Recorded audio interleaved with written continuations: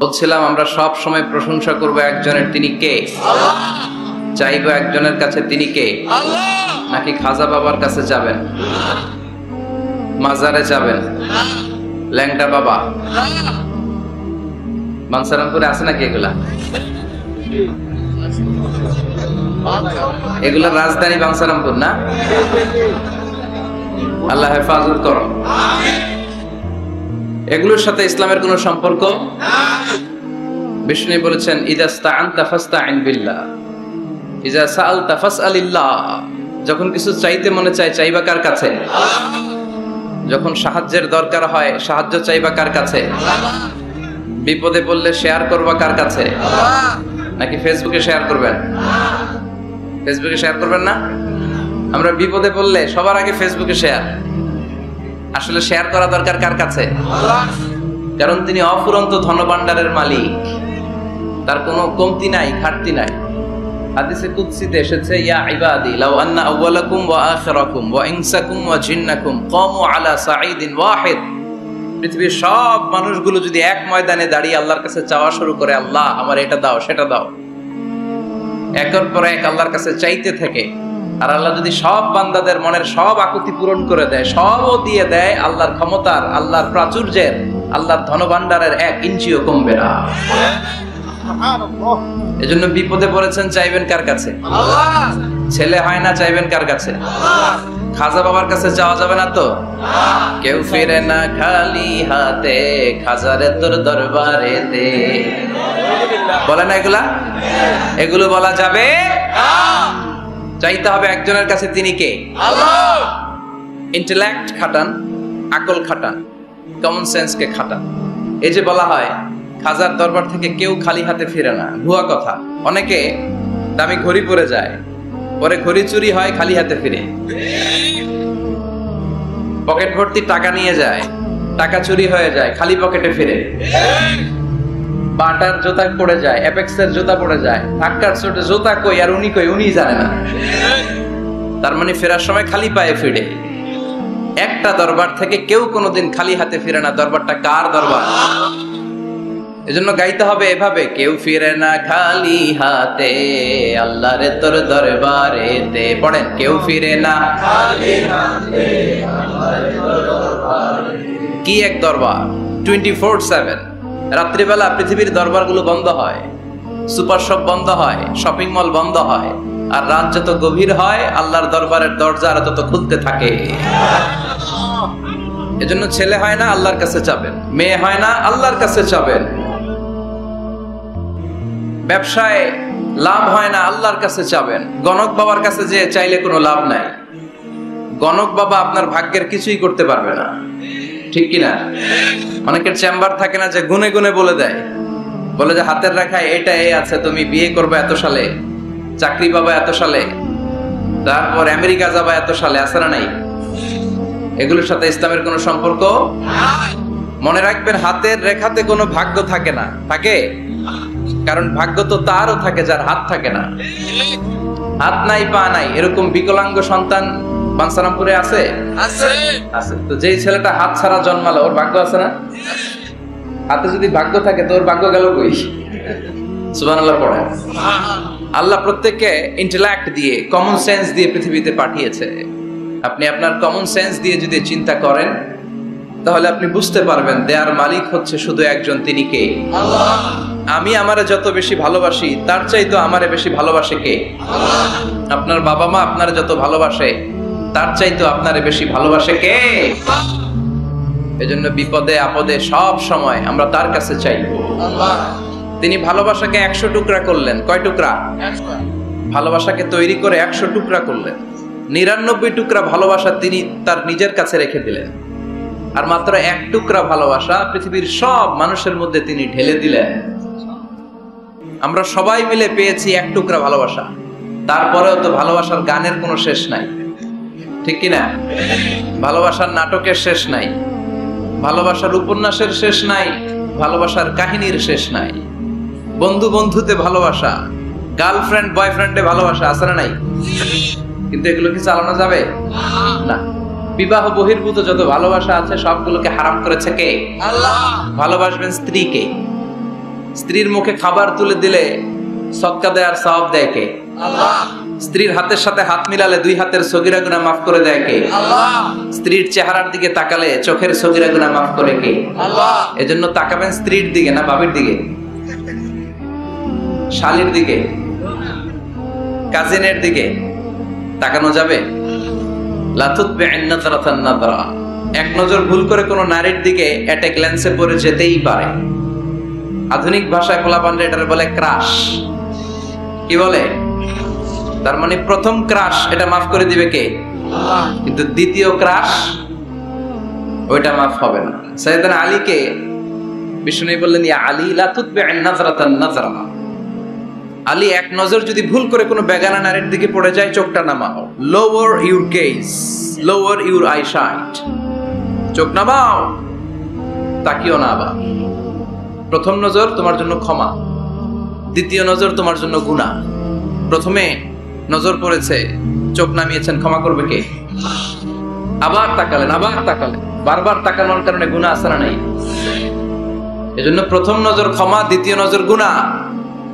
অনেকে কৌশল করে বলে প্রথম নজর যেহেতু ক্ষমা, এক নজরে আধা ঘন্টা তাকিয়ে থাকবো। এরকম কৌশল করা যাবে? সব কৌশলের বড় কৌশলী কে?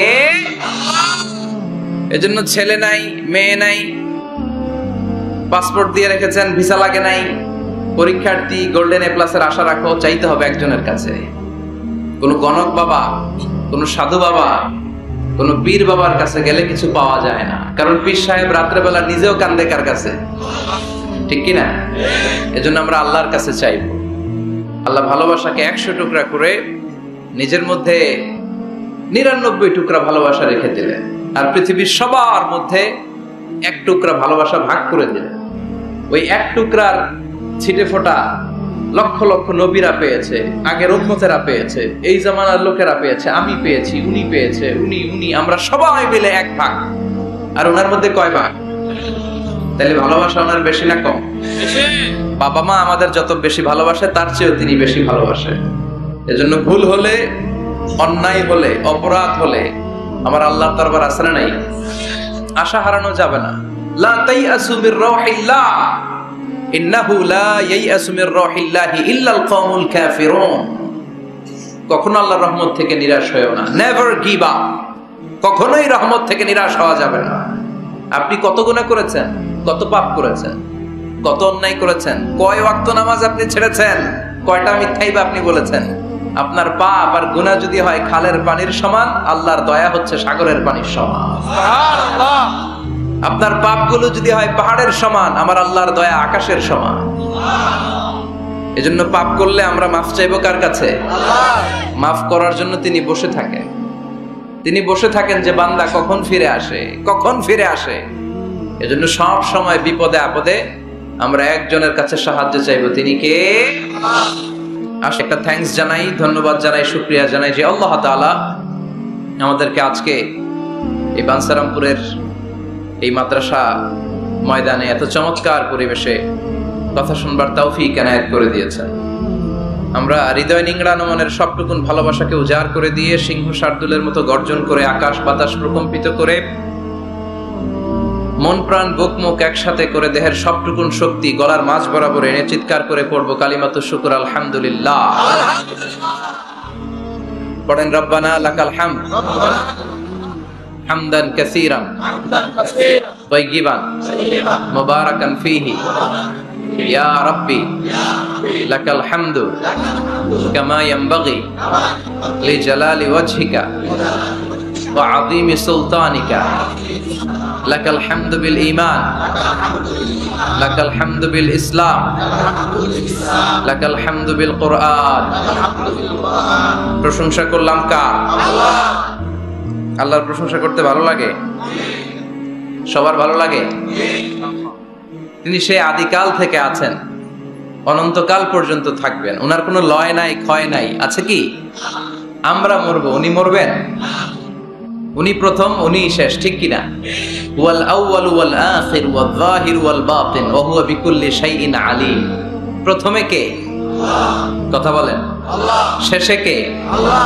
প্রথমে আল্লাহ আল্লাহ, শেষেও আল্লাহ আল্লাহ, আকাশে আল্লাহ আল্লাহ, জমিনেও আল্লাহ আল্লাহ। পড়েন, প্রথমে আল্লাহ আল্লাহ, শেষেও আল্লাহ আল্লাহ, আকাশে আল্লাহ আল্লাহ, জমিনেও আল্লাহ আল্লাহ। নিখিল জাহান গায় গুণগান, তার নামে গায় আমরাও গাহি তাআলা। হামদে বারি তাআলা, হামদে বারি তাআলা, হামদে বারি তাআলা।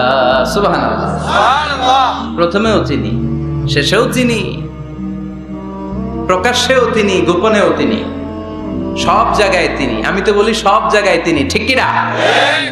কারণ আমরা যখন আজান দেই, আজানের শুরুতে কি বলি? আল্লাহু আকবার বলি না? তার মানে আজানে আল্লাহর নাম আছে না নাই? কথা বলেন। নামাজে আল্লাহর নাম আছে না নাই?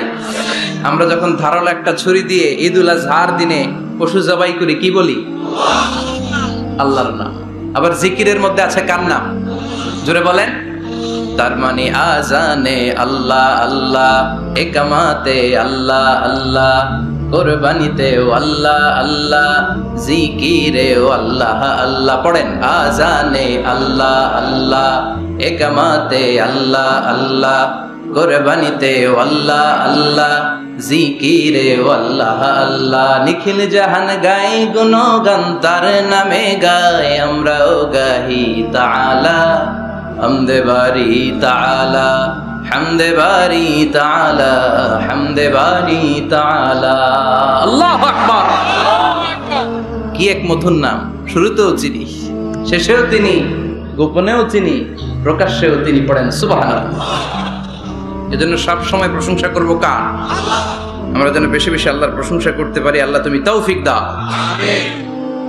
বাঞ্ছারামপুর সুবহানিয়া ইসলামিয়া ফাজিল ডিগ্রি মাদ্রাসা ও হেফজখানার উদ্যোগে আজকের এই প্রোগ্রাম, আজকের এই মাহফিল।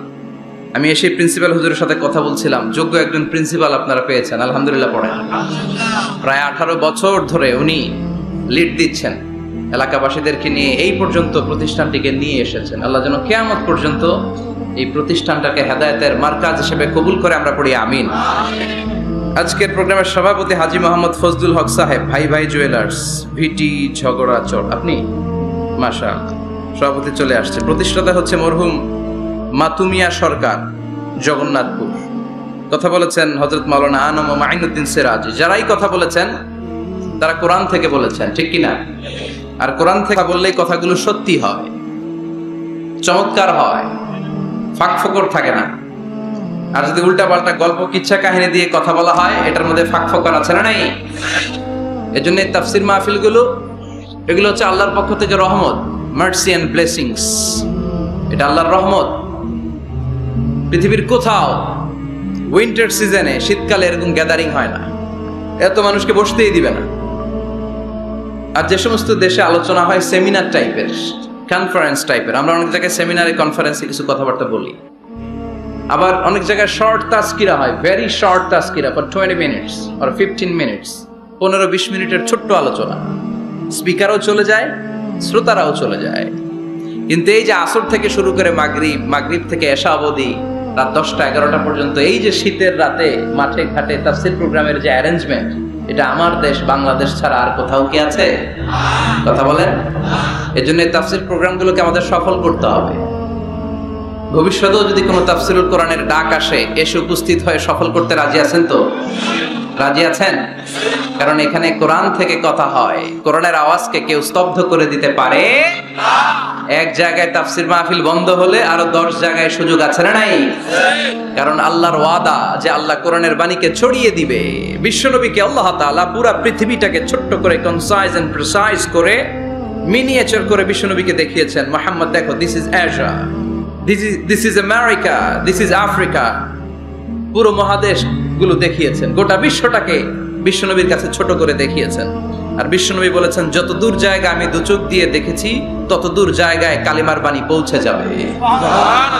পৃথিবীর কোনো অপশক্তি কোরআনের আওয়াজকে থামিয়ে দিতে পারবে না।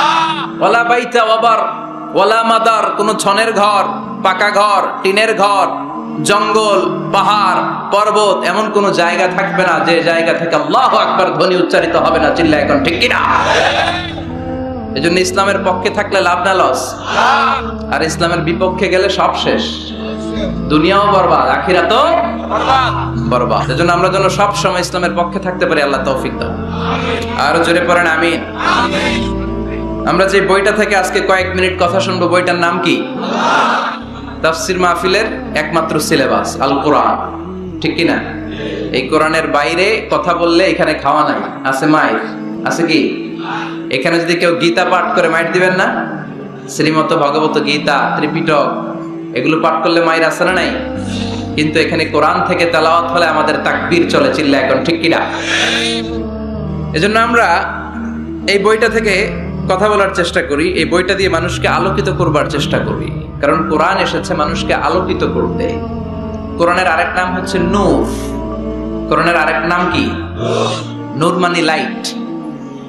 এজন্য রব্বুল আলামিন বলেন, কিতাবুন আনজালনাহু ইলাইকা লিতুখরিজান NASA Minaj যুলুমাতি ইলান Noor. O Muhammad, I've revealed this holy and sacred book unto you in order to lead the mankind out of darkness into the light. ও নবী, কেন এই কোরআন পাঠালাম জানো নাকি? শোনো, অন্ধকারের জন্য মানুষগুলোরে আলোর পথে নিয়ে যাওয়ার জন্য, বামপন্থী গুলারে ডানপন্থী বানানোর জন্য, জাহান্নামী গুলারে জান্নাতে পাঠানোর জন্য। পড়েন ঠিক কি না? কোরআন পড়লে কেউ বামপন্থী থাকতে পারে না, পারে? জাহান্নামী থাকতে পারে না, পারে? অন্ধকারে থাকতে পারে না। তাকে আলোর পথ দেখায় কে? আল্লাহ। কারণ কোরআন নিজেই তো আলো। হেরার গুহা থেকে বিশ্বনবী আলো নিয়ে এসেছেন, গোটা বিশ্বটাকে আলোকিত করে দিয়েছেন। Up to the day of judgement, কিয়ামত পর্যন্ত এই আলো ছড়াতেই থাকবে, ছড়াতেই থাকবে, ছড়াতেই থাকবে। কারো মুখের ফুৎকারে আলো কখনো নিভে যাবে না, চিল্লা এখন, ঠিক কি না? অনেকে চায় কোরআনের আওয়াজকে মাটির নিচে পুঁতে ফেলতে, ইসলামকে মাটির নিচে পুঁতে ফেলতে, কিন্তু ওরা জানে না ইসলাম হচ্ছে বীজের মতো, চারা বীজের মতো। চারা বীজ মাটিতে পুঁতে দিলে কি হয়? আবার উপরের দিকে ওঠে। সুবহানাল্লাহ পড়বেন না? এজন্য কাফিরদের হুঙ্কার, হুমকি, ধামকি, রক্তচক্ষু আর ষড়যন্ত্রের কবলে কোরআনের কিচ্ছু হবে না, বরং গোটা বিশ্বব্যাপী কোরআনের জয় জয়কার। হাজার হাজার হিন্দু, খ্রিস্টান, বৌদ্ধ কালিমা পড়ে মুসলমান হয়ে যায়। After the Twin Tower attack, the number of Muslim community already have been doubled, tripled, multiplied. Twin Tower attack এর আগে মুসলমান আমেরিকাতে যা ছিল এখন 2 গুণ, 3 গুণ, 4 গুণ, 5 গুণ হয়ে গিয়েছে। ইউরোপ আমেরিকাতে মসজিদের সংখ্যা যা ছিল এখন বেড়ে অনেক গুণ বেশি হয়ে গিয়েছে। দিন দিন লোকজন কালিমা পড়ে কনভার্টেড মুসলিম হতে শুরু করেছে। এটাই প্রমাণ করে এই কোরআনের বিজয়কে ঠেকাবার মতো শক্তি মহাবিশ্বে কারো নাই। চিৎকার করে বলেন ঠিক কিনা? এজন্য আল্লাহ বললেন, নবী, কিতাবুন আনজালনাহু ইলাইকা লিতুখরিজান নাসা মিনাজ যুলুমাতি ইলান নূর। এই কিতাবটাকে আমি দিয়েছি অন্ধকারের জন্য, মানুষগুলোকে এই কিতাবের আলোকে আপনি আলোকিত করে দিবেন। জাহেলি যুগের ওমরকে আপনি গোটা বিশ্বের সেরা ওমর বানাবেন। যে ওমর বিশ্বনবীর কল্লা কাটার জন্য তলোয়ার নিয়ে বিশ্বনবীর কাছে এসেছিল, ওই ওমরকে ইসলামের ছায়াতলে এনে ইসলামের খলিফা বানিয়ে দিয়েছে কে? তাইলে ইসলামের আগের ওমর পরের ওমর পার্থক্য আছে না নাই? ওমরের জীবনটাকে আলোকিত করেছে যেই পুস্তকটা, যে বইটার নাম সবাই বলেন কি নাম? এই বইয়ে কোনো ভুল আছে? সন্দেহ আছে? সংশয় আছে? This is the book whereof there is no doubt in it, no suspicion in it. There is no doubt in it, and a guidance to those who are muttaqeen, who are Muslimin, who are the believers. এই কোরআনে কোনো ভুল নাই, কোনো সন্দেহ নাই। মুত্তাকিনদের জন্য আল্লাহ তাআলা হেদায়েতের মেথোডোলজি করে এই বইটাকে পাঠিয়েছেন। পড়েন সুবহানাল্লাহ। এই বইটা এমন বই, যে বইটা 1500 বছর পর্যন্ত আমাদের সমাজে, জীবনে, ফ্যামিলিতে লেগে যাওয়া যত জট ছিল সব জটগুলোকে খুলে সমাধানের আলো দেখিয়েছে। বলেন ঠিক কিনা? This book is a problem solving methodology. এই বইটা সমস্যার সমাধান করে দেয়, জট খুলে দেয়, ঝামেলার নিরসন করে দেয়। নাকি কোরআন জট লাগায়? নাকি পেঁচ লাগায়? পেঁচ লাগায় না খোলে? তার মানে সব সমস্যার সমাধান দিতে পারে। সমাধান চাও যদি জীবনে মরণে, ফিরে যাও খুঁজে নাও, চোখ রাখো কোরআনে। চোখ রাখবেন কোথায়? না এটিএন বাংলার পর্দায়, জি বাংলার পর্দায়, স্টার জলসা, কিরণমালা, কোথায় রাখবেন? সবাই পড়েন। সমাধান চাও যদি জীবনে মরণে, ফিরে যাও খুঁজে নাও, চোখ রাখো কোরআনে। If you want the solution this dunya and akhirah, go back, have a look to the holy Quran. Subhanallah, go back, have a look to the holy Quran. যাও তোমার চেয়ারে বসো, হেলান দিয়ে বইটা খোলো আর চোখ বোলাও, তোমার সমস্যার সমাধান এনে দিতে পারে কে? আল্লাহ। এজন্য এই কিতাবটা এমন কিতাব, এই কিতাব থেকে প্রেসক্রিপশন না নিলে সমাজটা সুন্দর হবে না। এই কিতাব থেকে প্রেসক্রিপশন না নিলে জীবনটা সুন্দর হয় না। এই কিতাব থেকে প্রেসক্রিপশন না নিলে দুর্নীতি দমন কমিশন দিয়ে দুর্নীতি বন্ধ করা যায় না। জোরে বলেন ঠিক কিনা? এই কিতাব থেকে প্রেসক্রিপশন নিলে সব ঠান্ডা, সবকিছুর সমাধান হয়ে যাবে। এজন্য জীবনে মরণে এই কিতাবটাকে সাথী বানাতে হবে। রাজি আছেন তো? নাকি শুধু তাফসির মাহফিলে বয়ান শুনে শেষ? কোরআন তেলাওয়াত করতে রাজি আছেন তো? Our duties to the holy and sacred book, holy Quran. আমাদের যে সমস্ত দায়িত্ব আছে এই কিতাবের প্রতি, তার প্রথম দায়িত্ব হচ্ছে recitation of this holy book.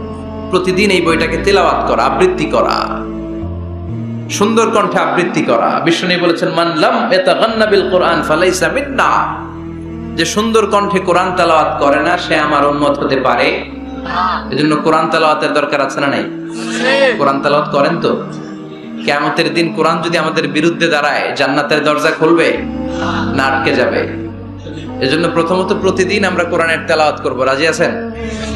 মনে থাকবে? যারা কোরআন জানেন না, হুজুর কোরআন শিক্ষার আসর একটা করবেন সান্ধ্যকালীন রমজান মাসে। মুরব্বীরা, বয়স্করা যারা কোরআন পড়তে পারে না, তারা এখানে এসে কোরআন শিখবেন। রাজি আছেন তো? আমরা কোরআন জেনে বুঝে মরতে চাই। রাজি আছেন? কোরআন শিখলেও লাভ, শিখাইলেও লাভ। খায়রুকুম মান তাআল্লামাল কুরআনা ওয়া আল্লামা। The best person among you who reads Quran by himself and teaches it to others. সবচেয়ে সেরা আল্লাহর কাছে সে যে নিজেও কোরআন পড়ে অন্যেরও পড়ায় দেয়। আপনি যদি কাউকে শুধু সূরাতুল ফাতিহাটা শিখিয়ে দেন, সে সারা জীবনের নামাজে যত সূরা ফাতিহা পড়বে তার সওয়াব তো তার থাকবেই, ওইটার একটা পার্সেন্টেজ সওয়াব আপনার আমলনামায় আছে না নাই? কি এক কিতাব, এক অক্ষর পড়লে 10টা নাকি? সুবহানাল্লাহ বাড়িতে যায় বললেন। এক আয়াত পড়লে জান্নাতের বিল্ডিং এক এক তলা করে লম্বা হতে থাকে। তেলাওয়াত নিজ কান দিয়ে ঠান্ডা মাথায় শুনলে আকাশ থেকে রহমতের ঝিরিঝিরি বারিধারা নামতে থাকে। অন্যকে শিখাইয়ে দিলে আল্লাহর কাছে শ্রেষ্ঠ লোকদের তালিকায় নাম চলে যায়। এজন্য কোরআনের সাথে অ্যাটাচমেন্ট উইথ দ্য হোলি কোরআন বাড়ানোর দরকার আছে না নাই? কোরআনের প্রতি আমাদের আরেকটা দায়িত্ব হচ্ছে টু মেমোরাইজ দ্য হোলি বুক কোরআন। কোরআনকে মুখস্থ করা। অনেকে মনে করে যারা হেফজখানায় পড়ছে এদেরই দায়িত্ব কোরআন মুখস্থ, এরাই করবে না। এটা আমাদের সবার দায়িত্ব, এটা গ্লোবাল দায়িত্ব, এটা পুরো উম্মার দায়িত্ব। আমরা যে যতটুকু পারি, যতগুলো সূরা পারি মুখস্থ করার চেষ্টা করব। রাজি আছেন? সবাই রাজি আছেন তো? কোরআনের প্রতি আমাদের সবচেয়ে বড় দায়িত্ব হচ্ছে মাতৃভাষায় আমাদের এই কোরআনকে বুঝতে হবে। ঠিক কি না? আল্লাহ কি বলছেন, কি আমাদেরকে জানাতে চাইলেন, সব আল্লাহ বলে দিয়েছেন এই কোরআনে। নতুন করে আল্লাহ আকাশ থেকে কিছু আর পাঠাবে? সব সমাধান এই বইয়ের ভিতরে দিয়ে দিয়েছে। আল্লাহ কি সমাধান দিলেন, কি রোড ম্যাপ দিলেন, কি কর্মসূচি ঘোষণা করলেন, জানার দরকার আছে না নাই? এজন্য কোরআনের বঙ্গানুবাদ পড়বেন। বাংলা ভাষায় কোরআন পাওয়া যায়, মোবাইলে অ্যাপস পাওয়া যায়। সব জায়গায় আমরা বলি মোবাইলের অ্যাপসে বাংলা কোরআন রাখবেন, তাফসীর রাখবেন। ইসলামিক লাইব্রেরিগুলো থেকে কোরআনের বঙ্গানুবাদ নিয়ে আসবেন। রমাদানের 7 খতম 8 খতমের কোনো দরকার নাই, একটা খতম দেন আর বাকি সময়টা মাতৃভাষায় পড়েন। আল্লাহ কি বলতে চাইলো?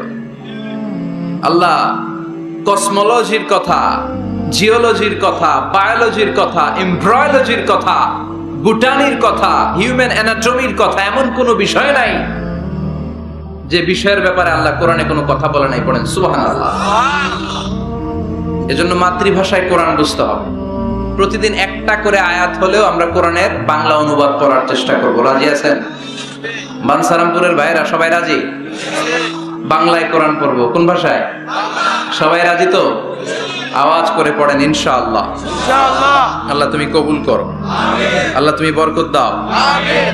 সম্মানিত ভাইয়েরা, আমি আপনাদের খেদমতে কোরআনের ছোট্ট একটা সূরা তেলাওয়াত করেছি। আসুন এই সূরার আলোকে কিছু কথা এই চমৎকার রজনীতে আমরা শুনবার চেষ্টা করি। এই সূরাটি মাক্কি সূরা, কোরআনের 102 নম্বর সূরা। সূরাটির নাম সূরাতুত তাকাসুর। সূরাটির নাম কি? আত-তাকাসুর। ছোট্ট সাইজের একটি সূরা, অনেকের মুখস্থ আছে না নাই? বিশ্বনবী একবার রাত্রিবেলা সাহাবাদেরকে বললেন, তোমাদের মধ্যে কে আছো রাতের বেলা 1000 কোরআনের আয়াত পরে বিছানায় ঘুমোতে যাবা? হাত তোলো। কেউ হাত তোলে না। ওমি 1000 আয়াত কি বাড়ির কাছের কথা? কথা বলেন। বিশ্বনবী বললেন, কে আছো তোমাদের মধ্যে রাত্রিবেলায় বিছানায় ঘুমোতে যাওয়ার আগে 1000 কোরআন কারীমের আয়াত তেলাওয়াত করে ঘুমাতে যাবা? দাঁড়াও। কোন সাহাবী দাঁড়ায় না। বিশ্বনবী ডানে তাকায়, বায়ে তাকায়, সামনে তাকায়, কেউ হাত তোলে না।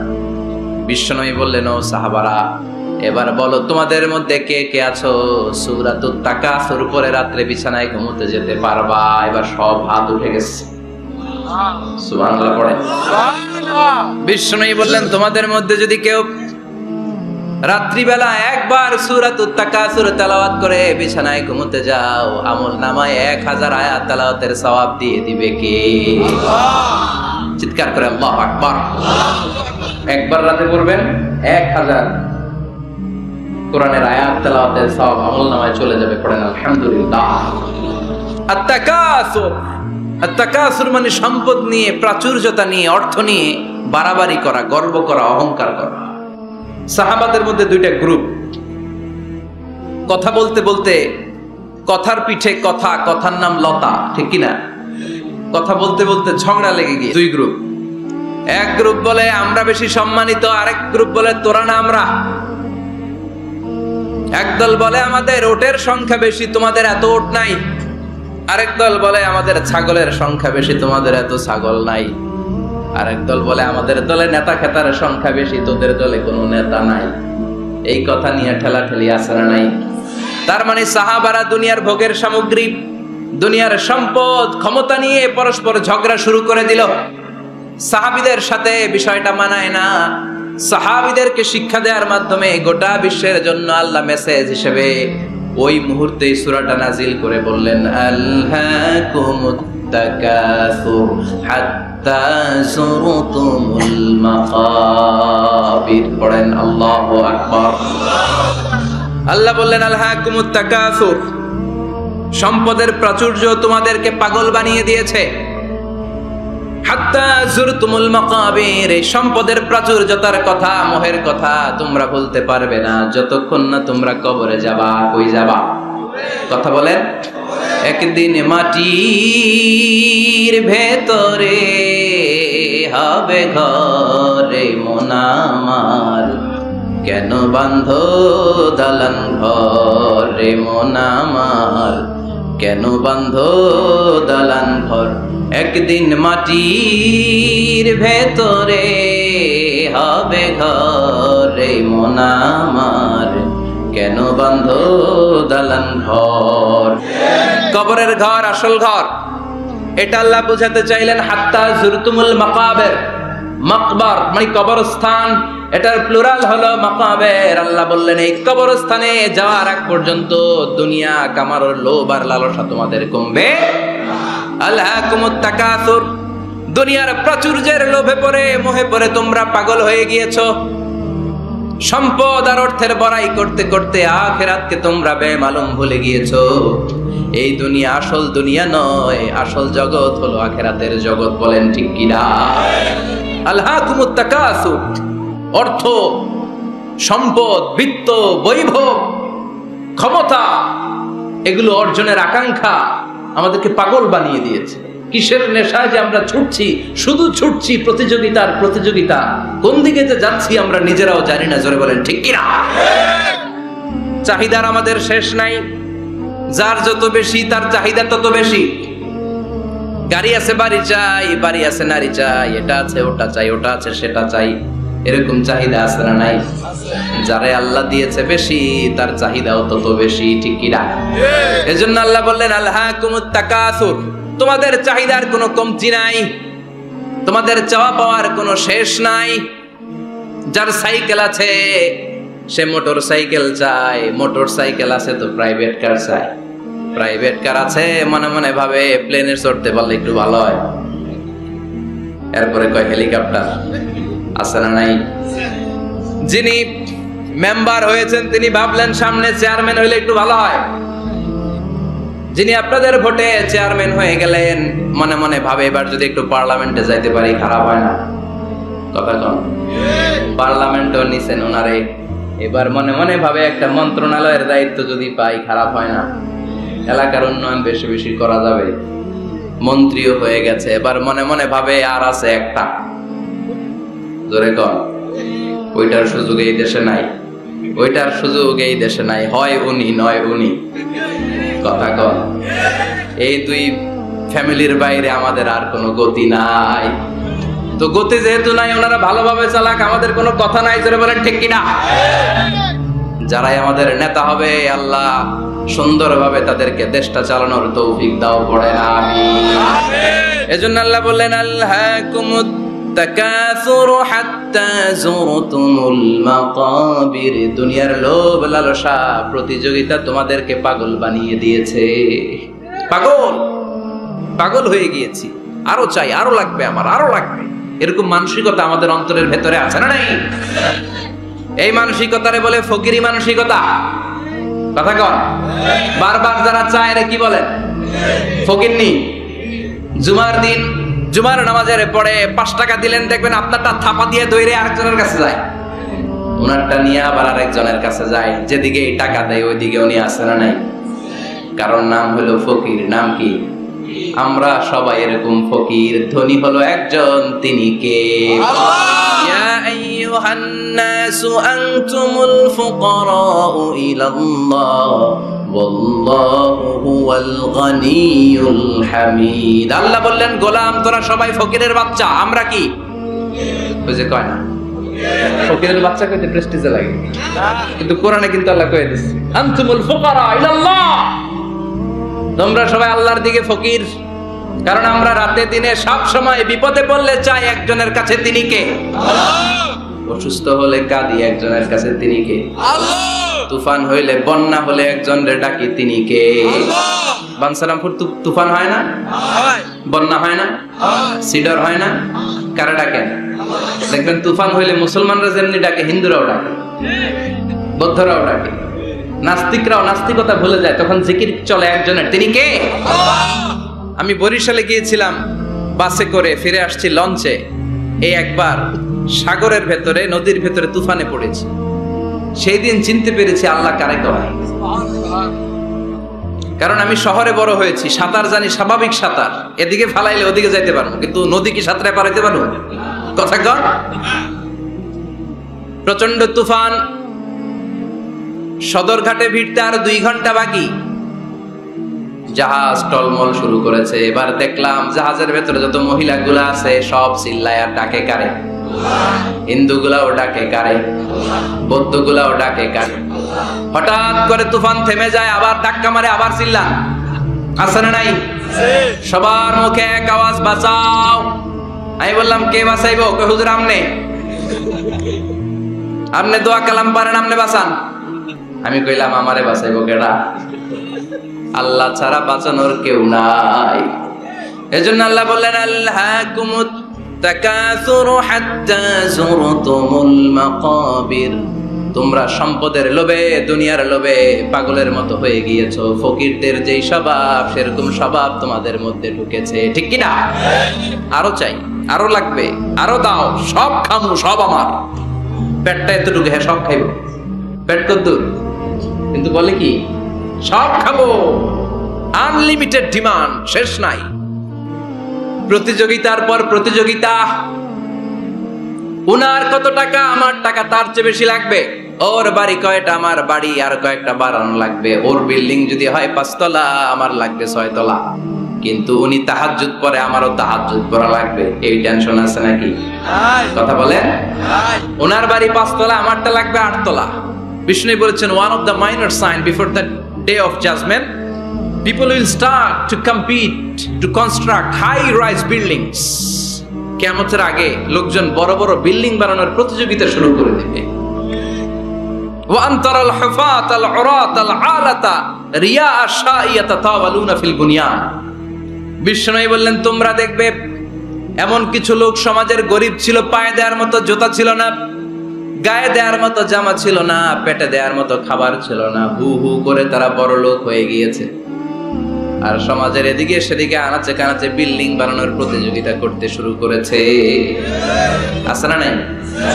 বানসারামপুরে মুরব্বী যারা আছেন একটু বলেন তো, আজ থেকে 20 বছর আগে এরকম এত বিল্ডিং, টাওয়ার, ফাউন্ডেশন ছিল? কুমিল্লা শহরে, চট্টগ্রামে, ঢাকায় আজ থেকে 20 বছর আগে এখন যেমনি টাওয়ার বানানোর প্রতিযোগিতা এগুলো ছিল? কথা বলে। তার মানে এগুলো কিয়ামতের আলামত, একটার পর একটা। একজন বানায় 100 তলা, আরেকজন বানায় 150 তলা, আরেকজন বলে না আমারটা বানাইতে হবে 200 তলা। আছে না নাই? জেদ্দাতে এবার হজে জেদ্দায় দেখলাম যে সবচেয়ে বড় টাওয়ারটা কাজ এখনো শেষ হয় নাই, 19 সালে খুব সম্ভব ওরা কমপ্লিট করতে পারবে। গত 5 বছর ধরে চালাইয়েই যাচ্ছে। কিংডম টাওয়ার 1000 মিটার উঁচু। হিসাব বুঝেন তো, 1000 মিটার মানে কয় কিলোমিটার? 1 কিলোমিটার। একটা বিল্ডিং যদি 1 কিলোমিটার উঁচা হয়, এটার সামনে যে তাকাতে পারবেন? টুপি পরে যাবে না পিছনে? কথা বলেন। 1 কিলোমিটার উঁচু, দি কিংডম টাওয়ার, সৌদি আরবের জেদ্দা নগরীতে অবস্থিত। আরেকটা আছে দুবাইতে, বুর্জ আল খলিফা, 818 মিটার উঁচু। কিংডম টাওয়ার হচ্ছে 170 তলা, আর বুর্জ আল খলিফা 163 তলা। কাবা ঘরের পাশে আরেকটা টাওয়ার আছে, জমজম টাওয়ার। এটার দিমাক্কা রয়্যাল ক্লক টাওয়ার বলে। হাজী সাহেবরা দেখে আসছেন না? বড় একটা ঘড়ির মনোগ্রামও আছে। এটা 120 তলা। কয় তলা? 120 তলা। চায়নাতে একটা আছে সাংহাই টাওয়ার, তাইওয়ানে একটা আছে দি টাইপেরাং 101, 101 তলা। আমি যেখানে পিএইচডি করি, বছরের বেশিরভাগ সময় থাকি, মালয়েশিয়াতে একটা আছে। আমরা শপিং করতে গেলে মাঝে মাঝে ওখানে যাই, 2 ভাইয়ের মতো দাঁড়ায় আছে। পেট্রোনাস টুইন টাওয়ার, স্থানীয়রা এটারে বলে KLCC। 41st 42nd ফ্লোর একটা ব্রিজ আছে, এই টাওয়ার থেকে ওই টাওয়ারে যাওয়া যায়। ইয়াতাতাওয়ালুনা ফিল বুনিয়ান, বিল্ডিং বানানোর প্রতিযোগিতা। ওমিয়া কিয়ামতের দিন ইসরাফিলের সিঙ্গার ফুৎকারে ইদা জুলজিলাতিল আরদু জিলজালাহা, একটা ভূমিকম্প যে তৈরি হবে, গোটা বিশ্বে যে একটা ভূকম্পন হবে, ওই ভূকম্পনের চোটে একটা টাওয়ারও টিকে থাকবে নাকি? থাকবে। এজন্য আল্লাহ বললেন, আল্লাহকুমুত তাকাসুরু হাত্তা যুরতুমুল মাকাবির। দুনিয়ার সম্পদ, লোভ, লালসা, এই সম্পদের প্রতি আকাঙ্ক্ষা তোমাদেরকে গাফেল বানিয়ে দিয়েছে। এই গাফলতি তোমাদের কমবে না, থামবে না। হাত্তা যুরতুমুল মাকাবির, যতদিন না কবরে যাও। কবরে না যাওয়া পর্যন্ত এই খাই খাই নাই নাই এই মানসিকতা তোমাদের থেকে কঠিন কালেও যাবে না। চিৎকার করে বলেন, কথাটা কার? আল্লাহ। এজন্য আল্লাহ বললেন, সম্পদ তোমাদেরকে পাগল বানিয়ে রেখেছে, সম্পদের পাহাড় মানুষ গড়তে চায়।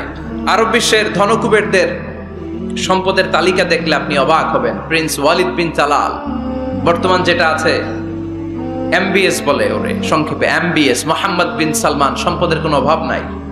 ওয়ালিদ বিন তালাল আরেক ধনকুবের, আগের বাদশাহ আব্দুল্লাহর ভাগিনা।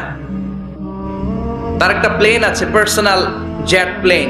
এই প্লেনটার 70% মেড অফ গোল্ড, 70% স্বর্ণ দিয়ে বানানো। Can you imagine?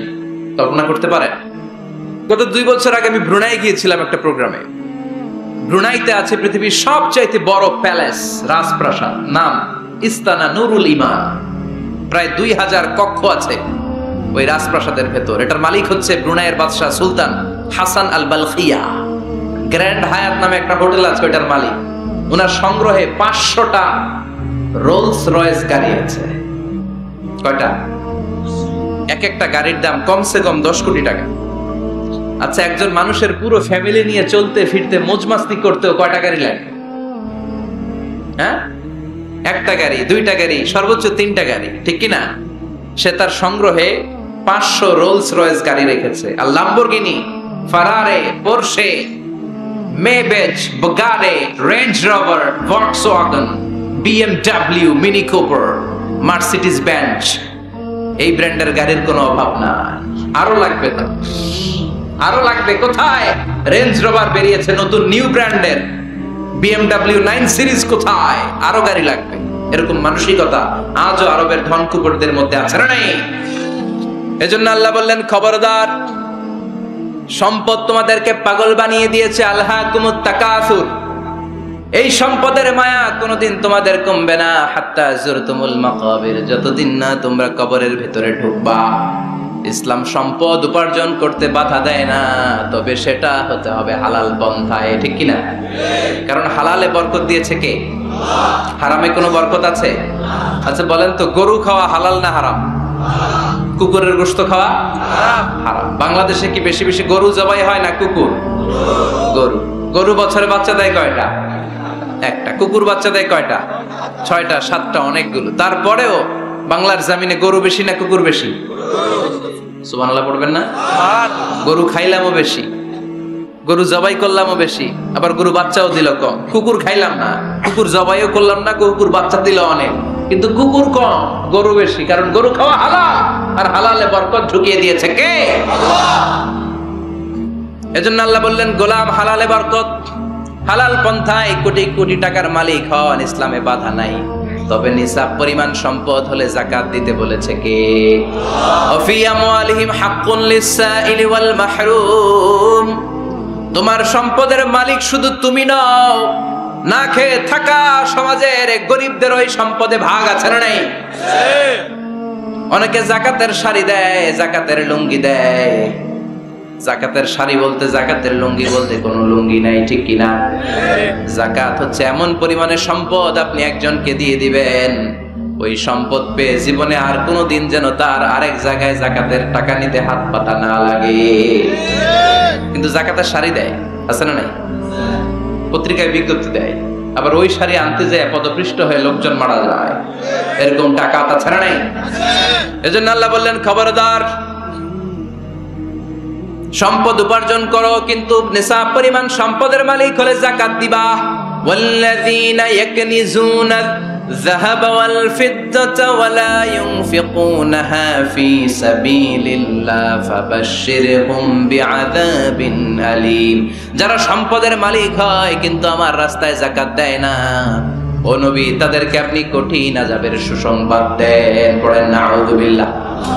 ও মিয়া, আযাবের কি সুসংবাদ হয় না দুঃসংবাদ? কিন্তু আল্লাহ সুসংবাদ বললেন কেন? কারণ আযাবটা বড় করা হবে। যাকাত যারা দেয় না, ব্যাংক ব্যালেন্স করে, এফডিআর করে, সঞ্চয়পত্র কিনে রাখে, ফ্ল্যাটের পর ফ্ল্যাট কিনে রাখে, জমির পর জমি কিনে রাখে, যাকাত দেয় না, ওদের শাস্তি হবে ভয়ঙ্কর। শাস্তির তীব্রতা বোঝানোর জন্য আল্লাহ বললেন সুসংবাদ। ছেলে পরীক্ষায় ফেল করেছে, গণিত পরীক্ষায়, মা বলে, ফেল করছস, তোর বাপে আসুক, এমন মাইট দিবে, মাইট খাইয়া মজা টের পাবি। ও মিয়া, মাইট দিলে কি মজা লাগে না ব্যথা লাগে? কথা কর তো। মা তো কয় মজা পাবি, মজা টের পাবি, তার মানে মাইটটা খুব কড়া মাইর হবে, কড়া। আল্লাহ বললেন, কারুনের দিকে তাকা, যারা সম্পদের যাকাত দিস না, কারুনের দিকে তাকা। সাইয়েদনা মুসা আলাইহিস সালামের চাচাতো ভাই মুসা আলাইহিস সালাম বললেন, কারুন যাকাত দাও। কয়, কেন দিমু? কারণ আল্লাহ তোমারে সম্পদ দিয়েছে। কারণ বলে, কোন আল্লাহ টাল্লাহ আমারে সম্পদ দেয় নাই। ইন্নামা উতিতুহু আলা ইলমিন ইনদি, আমার বুদ্ধি খাটিয়ে সম্পদের মালিক আমি হয়েছি। নাউযুবিল্লাহ। আমার ব্রেন খাটাইছি মিয়া, বুদ্ধি খাটাইছি, মাথার গাম পায়ে ফেলে আমি সম্পদ কামাইছি, কোন যাকাত টাকা দেব না। সাইয়েদনা মুসা আলাইহিস সালাম বললেন, দাওয়াত দেওয়ার দায়িত্ব আমার, দাওয়াত দিলাম, যাকাত দাও, না হলে কঠিন আযাব তোমার উপর চেপে বসবে। কারণ বলে, পারলে তুমি শাস্তি নিয়ে আসো। সাইয়েদনা মুসা আলাইহিস সালাম আল্লাহরে বললেন, আল্লাহ, অনেক আমি দাওয়াত দিলাম, গরিব দুঃখীদের মাঝে যাকাত দেন, আপনি শাস্তি পাঠান। রব্বুল আলামিন বললেন, কিছুক্ষণের মধ্যে পুরো জমিনটা কারণ তার সম্পদ সহ সব কিছুকে মাটিতে দাবিয়ে দিবে। ফাখাসাফনা বিহি ওয়া বিদারিহিল আরদ হঠাৎ করে পুরো জমিন কারুনের সম্পদ সহ মাটিতে টান দিতে লাগলো। আমি জায়গাটা নিজে দেখে এসেছি। আমি মিশরে পড়াশোনা করেছি, তো মিশরের কায়রোতে ছিলাম। কায়রো থেকে প্রায় 100 মাইল দূর হবে একটা শহর আছে ফাইউম। এই ফাইউম শহরে বহাইরা কারুনের সব সম্পদ সহ বাড়িঘর সহ জমিন যেখানে দাবিয়ে তাকে জমিনের ভেতরে বুক গর্ভস্থ মাটির ভেতরে ঢুকিয়ে ফেলেছে, ওই জায়গাটা আজও ঠিক ওই রকম আছে। ওখানে একটা লেক হয়ে গিয়েছে, হ্রদ। মিশরীরা এখন মাছ ধরে। জমিন তাকে ভিতরে টানতে লাগলো, হাঁটু পর্যন্ত টেনে ফেলার পরে সে বলে আমি উঠে যাব। কোমর পর্যন্ত মাটির ভেতরে গেড়ে গেল, সে বলল আমি বেঁচে যাব। এবার গলা পর্যন্ত যখন দেহটা মাটিতে দেবে যায়, এবার হাত তুলে বলে মুসা সব সম্পদ তোমার, আমারে বাঁচাও। এমন ভালো মানুষ সোজা আঙ্গুলে কি সব সময় উঠে না। ও মুসা সম্পদ না, আমারে বাঁচাও, বাঁচতে চাই। সাইয়েদনা মুসা বলে দ্য টাইম ইজ আপ, সময় শেষ। যখন দাওয়াত দিয়েছি তখন যদি দাওয়াত মেনে নিতা বেঁচে যেত, এখন আমারও কিছু করার নাই, আমি গেলাম। ইয়াতাজালজালু ফিল আরদ হাত্তা ইয়াউমুল কিয়ামা, প্রতিদিন সহিহ বুখারীর বর্ণনা 1 বিঘত পরিমাণ আল্লাহ তাআলা জমিনকে আদেশ দিয়েছেন কারুন এবং তার সম্পদকে প্রতিদিন 1 বিঘত করে জমিনের ভেতরে নিতে থাকবে up to the day of judgement. কিয়ামত পর্যন্ত কারুন তার সম্পদ সহ জমিনের ভেতরে যেতেই থাকবে। চিল্লায় পড়েন সুবহানাল্লাহ। এজন্য আল্লাহ বললেন সম্পদ তোমারে বাঁচাতে পারে না, ক্ষমতা তোমারে বাঁচাতে পারে না, বাঁচাতে পারে একজন, তিনি কে? আল্লাহকুমুত তাকাসুরু হাত্তা যুরতুমুল মাকাবির। দুনিয়ার সম্পদের লোভে পড়ে আখিরাতকে তোমরা বেমালুম ভুলে গিয়েছো। এই গাফলতি তোমাদের থামবে না যতক্ষণ না তোমরা কবরে ঢুকবা। কার কথা? আল্লাহ। এজন্য যাকাত দেওয়ার দরকার আছে না নাই? এলাকায় তো এসে গল্প শুনলাম, অনেক বিজনেস ম্যাগনেট আছে, আশা করি তারা জাকাতও দেয়, ঠিক কি না? আপনাদের মধ্যে থেকে যারা ধনী আছে তাদেরকে পৌঁছাবেন যে জাকাত না দিলে কারণের মতো পরিণতি করে দিতে পারে কে? সম্পদগুলো কিয়ামতের দিন পেঁচাতে কোমর পর্যন্ত পেঁচাবে, আবার পেঁচাতে গলা পর্যন্ত পেঁচিয়ে ছবল দিয়ে বলবে আনা মালুক আনা কানসু, আনা মালুক, আমি তোর মাল, আমি তোর সম্পদ, আনা কানসু, আমি তোর ব্যাংক ব্যালেন্স, আমারে খা। এক একটা ছবলের চোটে পুরো দেহটা 70 গজ জমিনের ভেতরে চলে যাবে। এজন্য আল্লাহ বললেন আল্লাহকুমুত তাকাসুরু হাত্তা যুরতুমুল মাকাবির। দুনিয়ার প্রাচুর্যতা তোমাদেরকে মোহাচ্ছন্ন করেছে। আমরা মোহের মধ্যে পড়ে আছি, ঠিক কি না? আমাদের চলাফেরা, কথাবার্তা, লাইফস্টাইল দেখলে মনেই হয় না যে আমরা মরু, মনে হয় যে 1000 বছর রাজত্ব করতে আমরা এসেছি। কেউ আমাদেরকে থামাতে পারবে না, কোনোদিন আমাদের মরণ হবে না। চিল্লায় বলেন ঠিক কি না? এই দুনিয়াটা আসল জীবন না, আসল জীবন কবরের জীবন। এই দুনিয়ার দৃষ্টান্ত আল্লাহর কাছে হলো 4টা স্বর্ণের টুকরার মতো আর 3টা লাশের মতো। স্বর্ণের টুকরা কয়টা, লাশ কয়টা? বনি ইসরাইলের জামানাতে 3 জন যুবক কর্মের সন্ধানে, কাজের সন্ধানে বেরিয়েছিল। হঠাৎ করে তারা এক গুপ্তধন পেয়ে যায়। গুপ্তধনে তারা পেয়েছে 4টা বড় বড় স্বর্ণের টুকরা। কয়টা? মহা খুশি, খুশিতে বাকবাকুম। চিন্তা করলাম আমরা আজীবন খেয়ে পড়ে চলে যেতে পারবো, কিছুই করা লাগবে না। 3 জন মিলে স্বর্ণ নিয়ে বসে প্ল্যান করলো ভাগ বটোয়ারা করার আগে একজন বাজার থেকে রুটি কিনে নিয়ে আয়, আগে পেট ভরে খেয়ে নেই, তারপরে ভাগ বটোয়ারা। একজন রুটি আনতে গিয়েছে, ওই 2 জন ভাবতে শুরু করলো যেটারে রুটি আনতে পাঠাইছে ওইটারে যদি মাইরা দিতে পারি তাহলে ভাগাভাগির আর কোনো কাম নাই। স্বর্ণ কয়টা? তুই নিবি 2টা, আমি নিব 2টা। আর যে রুটি কিনতে গিয়েছে সে মনে মনে ভেবেছে রুটির মধ্যে বিষ মাখিয়ে নিয়ে যায়। কি মাখিয়ে নিয়ে যায়? ওই 2টা বিষ খাইয়া ঠুস। সব যেই চিন্তা ওই কাজ। রুটির মধ্যে বিষ মাখিয়ে নিয়ে এসেছে। 2 বন্ধু ওইটারে ধরে আঘাত করতে করতে দুনিয়া থেকে বিদায় করে দিয়েছে। এবার 2টা বলে এইটারে মারতে অনেক কষ্ট হয়েছে, আগে খাইয়া লই। এরপরে তুই 2টা, আমি 2টা। এবার বিষ মাখানো রুটি খেয়ে ওরাও শেষ। আহা, আল্লাহু আকবার। 4টা স্বর্ণের টুকরা পড়ে আছে, 3টা লাশ পড়ে আছে। হাদিহি মাসালু হায়াতিদ দুনিয়া। এটা দুনিয়ার জীবনের দৃষ্টান্ত। এজন্য মানুষের স্বভাব হলো আরো চাই, আরো চাই। বিষ্ণু বললেন লাউ লিকুল্লি ইবনি আদমা ওয়াদিয়াম মিন যাহাব, আল্লাহ বনি আদমের সবাইকে যদি এক একটা স্বর্ণের পাহাড়ের মালিক বানিয়ে দেয়, আহাব্বা আন ইয়াকুনা লাহু ওয়াদিয়ান, সে চাইবে কেমন করে আরেকটা স্বর্ণের পাহাড়ের মালিক হওয়া যায়। ও মিয়া, আমার যদি একটা স্বর্ণের পাহাড়ের মালিক বানায় দেয়, আমার 14 পুরুষ সে স্বর্ণের পাহাড় বেচা খেয়ে শেষ করতে পারবো? তা আরেকটা দিয়ে আমি কি করব? সবাইকে যদি এক একটা স্বর্ণের পাহাড়ের মালিক বানিয়ে দেয়া হয়, তারপরে প্রত্যেকে চাইবে কেমন করে আরেকটা পাহাড়ের মালিক হওয়া যায়। কারণ ওই যে খাই খাই, আরো লাগবে আরো লাগবে। ওয়ালাই ইয়ামলা আফাহু ইল্লা তুরাব, কবরের মাটি ওর মুখে ঢোকার আগ পর্যন্ত ওর এই খাই খাই স্বভাবের বন্ধ হবে না। চিৎকার করে বলেন ঠিক কি না? এজন্য আল্লাহ বললেন কবরে না ঢুকলে তোমাদের এই আকাঙ্ক্ষা থামবে না, লোভ লালসা বন্ধ হবে না। হাত্তা যুরতুমুল মাকাবির, কবরে তোমাদেরকে যেতেই হবে, মরতে তোমাদেরকে হবে।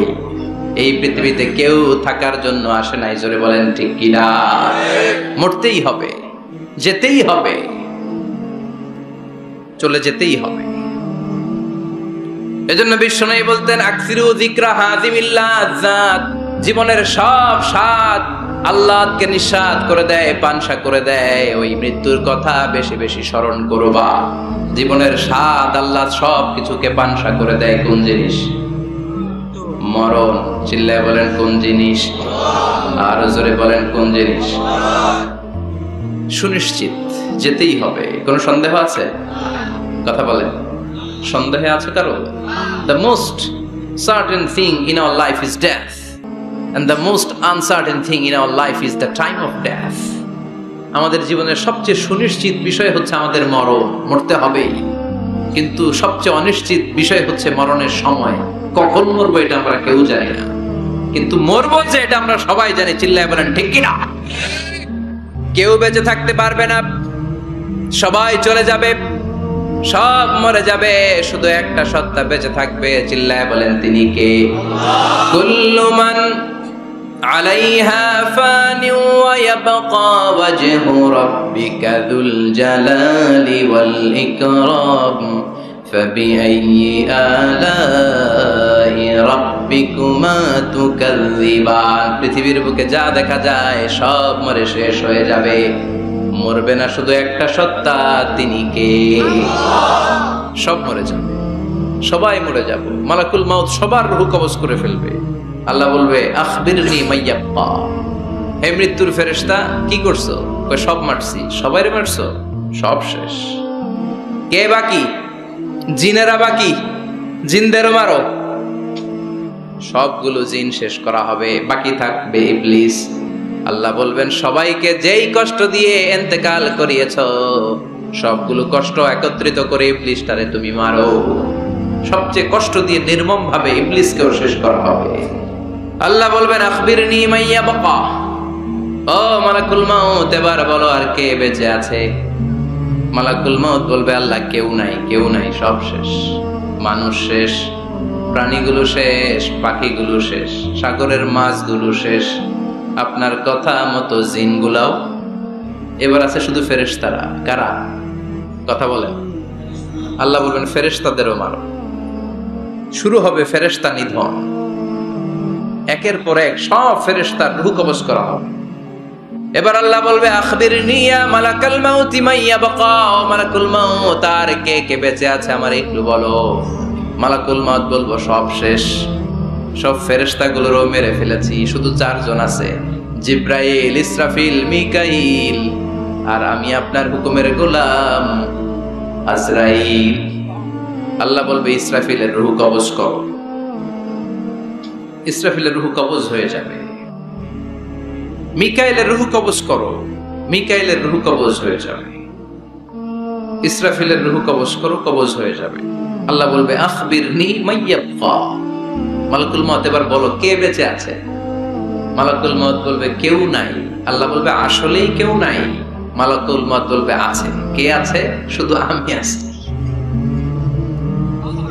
ডানে বায়ে সামনে পেছনে আল্লাহ কেউ নাই, সব শেষ, শুধু আমি আছি। আল্লাহ বলবেন এবার তুই মর। মুত ইয়া মালাকুল মউত, হে মৃত্যুর ফেরেশতা এবার তুই মর। মালাকুল মাউত হিসাব আর মিলাতে পারবে না, হিসাবটা তখন উল্টে যায়। মালাকুল মাউত বলবে, এটা আবার কেমন কথা, আমি মরুম কেন? আমি না মারছি? আমি না মারছি? আমি মেরে সাবার করেছি সব, আমি কেন মরব? আল্লাহ বলবেন, মালাকুল মাউত এটাই তো বিধান, কুল্লু নাফসিন যায়িকাতুল মাউত, দুনিয়ার প্রত্যেককেই মৃত্যুর স্বাদ নিতে হবে রে মালাকুল মাউত। যদিও তুমি মেরেছ, সবাইকে তুমি মেরেছ, এখন তোমার মরণের পালা, এবার তুমি মরো, কারণ তোমাকেও মরতে হবে, তোমাকেও মরতে হবে। এই কথা শুনে মালাকুল মাউতের গায়ে জ্বর এসে যাবে, খিচুনি এসে যাবে, কাঁপুনি ছুটে যাবে, কাঁপতে থাকবে মালাকুল মাউত। কি ভয়ঙ্কর দৃশ্যের না জানি অবতারণা হবে সে সময়। কাঁপতে থাকবে মালাকুল মাউত। আল্লাহ বলবেন, কেঁপে লাভ নাই, ভয় পেয়ে লাভ নাই, জান্নাত জাহান্নামের মাঝ বরাবর একটা জায়গা আছে, ওই জায়গায় যেয়ে দাঁড়াও। মালাকুল মাউত ওই জায়গার মাঝখানে যেয়ে দাঁড়াবে আর কাঁপবে। আল্লাহ চিৎকার দিয়ে বলবেন, মুত ইয়া মালাকাল মাউত, মুত, মরে যা, মরে যা। বলার সাথে সাথে মালাকুল মাউত জান্নাত এবং জাহান্নামের মাঝখানে বিকট একটা চিৎকার দিয়ে মরে লাশ হয়ে যাবে।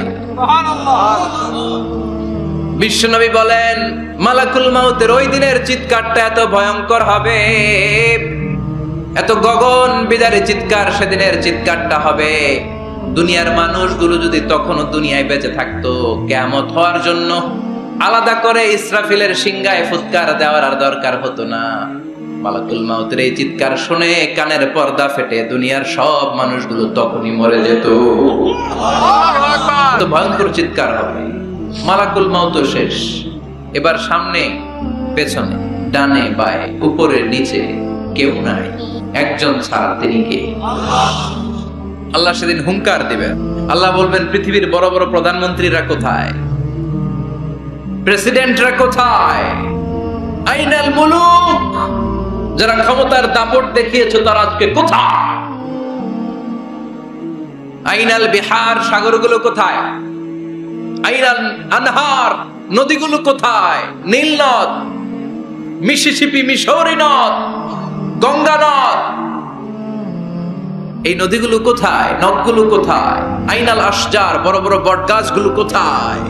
আইনাল জাবাবেরা, আইনাল মুলুক, অত্যাচারের স্টিম রোলার যারা আমার মুমিন বান্দাদের উপর চালিয়েছে, ওই বেয়াদব গাদ্দার মুনাফিকগুলো কোথায়? ডানে বায়ে কেউ নাই। আল্লাহ একাই হুঙ্কার দিবেন। হুঙ্কার ছেড়ে তিনি বলবেন, লিমানিল মুলকুল ইয়াউম, লিমানিল মুলকুল ইয়াউম, who belongs the kingdom today. আজকে ক্ষমতা কার? চিৎকার করে বলেন, আজকে ক্ষমতা কার?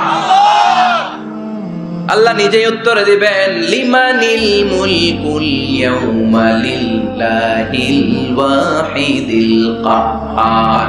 আজকে ক্ষমতার মালিক মহাবিশ্বের কেউ নয়, ক্ষমতার মালিক হলেন একজন, তিনি কে? কেউ থাকবে না, সব চলে যাবে, একজন ছাড়া, তিনি কে? এজন্য আল্লাহ বললেন, আলহাকুমুত তাকাসুরু হাত্তা যুরতুমুল মাকাবির। দুনিয়ার লোভ লালসা তোমাদেরকে মোহাচ্ছন্ন করে রেখেছে, এই মোহ কোনদিন তোমাদের কাটবে না। হাত্তা যুরতুমুল মাকাবির, যতদিন না কবরে ঢুকবা। চিল্লায় বলেন ঠিক কিনা? এজন্য বিশ্বনবী বলতেন, কবর হলো জাহান্নামের প্রথম স্টেশন, কবর হলো আখিরাতের প্রথম স্টেশন। কবরের এই স্টেশনে যদি মাফ পাওয়া যায়, সামনে যতগুলো স্টেশন পার হতে হবে সবগুলারে সহজ করে দিবে কে? আর কবরের স্টেশনে যদি গন্ডগোল লাগে, সামনে আরো গন্ডগোল আছে না? বেশি না কম? এজন্য বিশ্বনবী বলতেন, আল কবর ইম্মা রাউদাতুম মিন রিয়াদিল জান্নাহ আও হুফরাতুম মিন হুফারিন নার। কবর হয়তো কারো জন্য জান্নাতের বাগান, কিংবা কারো জন্য জাহান্নামের গর্ত। আমরা আল্লাহর কাছে দোয়া করি, আল্লাহ আমাদের সকলের কবর গুলোরে জান্নাতের বাগান বানিয়ে দাও। এজন্য বিশ্বনবী সব সময় দোয়া করতেন, আল্লাহুম্মা ইন্না নাউযু বিকা মিন আযাবিল কবর। ও আল্লাহ, কবরের আযাব থেকে তুমি আমাদের বাঁচাও, পড়ে না আমিন। বিশ্বনবী বলতেন, আমি দেখেছি কবরের মধ্যে তোমাদেরকে প্রশ্ন করা হবে, কবরে তোমাদের পরীক্ষা নেওয়া হবে। পুরো দুনিয়াটাই যেমনি পরীক্ষা, আখিরাতের প্রথম স্টেশন কবরেও পরীক্ষা। আছে না নাই? প্রশ্ন আছে না নাই? কয়টা? জোরে বলেন। মুমিনদের জন্য 4টা, কাফিরদের জন্য 3টা। ভালো করে জানেন, চিল্লায় বলেন, মুমিনদের জন্য কয়টা, কাফিরদের কয়টা? প্রশ্নপত্র ফাঁস করে দিছে কে? কথা কম। এরপরও যদি ফেল করি, দোষ কার? দোষ আমাদের, আমাদের দোষ। কবর দেওয়ার পরে 40 কদম যখন আত্মীয়রা চলে যায়, 2জন ফেরেশতা আসবে, বসাবে। এই ঘটনাটা আমারও ঘটবে, আপনারও ঘটবে, বিশ্বাস হয়? প্রস্তুত আছেন তো? বসিয়ে দেয়া হবে। মুমিন বান্দাকে প্রথম প্রশ্ন করবে, আমার রব্বুক, তোর রবের নাম কি?